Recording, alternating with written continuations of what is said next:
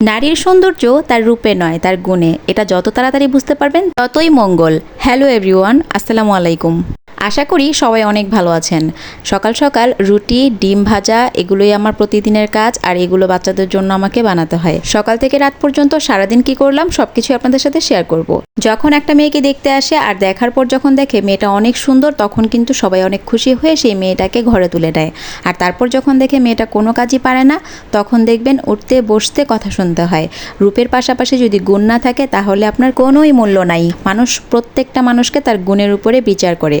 আপনি যত বেশি কাজ জানবেন, যত আপনি গুণবতী হবেন, মানুষ আপনাকে তত সম্মান করবে, তত মূল্য দিবে। দেখবেন আপনি কোনো কাজ জানেন না বলে আপনাকে কেউ ডাকবেও না। ড্রয়িং করতে ভালোবাসেন, কেউ আছে সেলাই কাজটা ভালো পারে, কেউ রান্নাবান্নায় অনেক গুণবতী, রান্না অনেক টেস্ট হয় রান্না করলে, দেখবেন আপনাকে সবাই দাম দেবে। আপনাকে ডেকে নিয়ে আসবে, একটু রান্নাটা দেখিয়ে দাও, এই রান্নাটা ঠিক কিভাবে করতে হয় একটু বলো তো। দেখবেন ঘরের বৌমাকে একদম মাথায় তুলে রাখবে প্রত্যেকে। তবে শুধু গুণ দিয়ে কিন্তু আপনার কিচ্ছু হবে না। বিশ্বাস করেন, আপনার রূপ ধুয়ে ধুয়ে দিয়ে কি তারা পানি খাবে?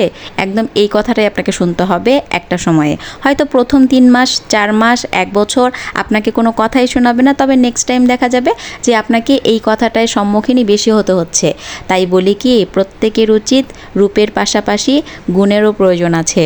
শুধু রূপ নিয়ে বসে থাকবেন না, কাজ শিখুন। অল্প স্বল্প করে বাসায় বাবা মার পাশাপাশি আপনারা কিছু করার চেষ্টা করুন, নিজে নিজে কিছু করার চেষ্টা করুন। এখন ইউটিউবে গেলে সার্চ দিলে এমন কোনো কাজ নাই যে আপনি জানবেন না। সব ধরনের কাজ আপনাকে দেখিয়ে দেবে একদম হাতে ধরিয়ে ধরিয়ে। প্রযুক্তি এত উন্নতি হওয়ার পরও মানুষ যে কেন ঘরে বসে বসে মানুষের কথা শোনে আমি বুঝি না। এখনকার যুগে কেউ রান্নার জন্য বা কোনো কাজের জন্য শাশুড়ি কিংবা ননদের কাছে কেন কথা শুনবেন?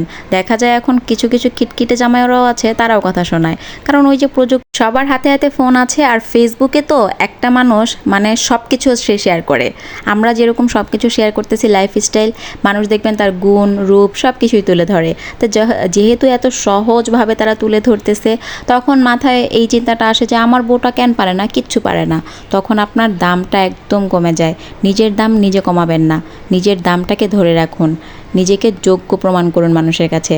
যোগ্যতা ছাড়া কেউ দাম দেয় না। শ্বশুরবাড়িতে কাজের লোকটা পর্যন্ত কথা শোনাইতে ছাড়ে না, বলে আগেই বলছিলাম ম্যাডাম, এই মেয়েরই বিয়ে করে আনবেন, শুধু রূপটাই দেখতে হবে, এর কোনো গুণ নাই। প্রত্যেকটা মানুষ উঠতে বসতে প্রত্যেকেই অপমান করে যায়। এত অপমানিত হওয়ার কোনো দরকার নেই। নিজের যোগ্যতা নিজে অর্জন করুন, আর তারপর একটা সংসারে যাবেন।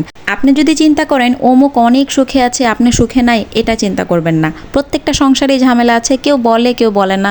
অনেকে হাইড করে রাখতে পছন্দ করে নিজের সংসারের ব্যক্তিগত ব্যাপারগুলো। যাই হোক, সবাই অনেক ভালো থাকবেন। রূপের পাশাপাশি কিছু কাজ শিখুন, গুণ থাকলে সবাই দাম দেবে। আজ এই পর্যন্ত, আল্লাহ হাফেজ।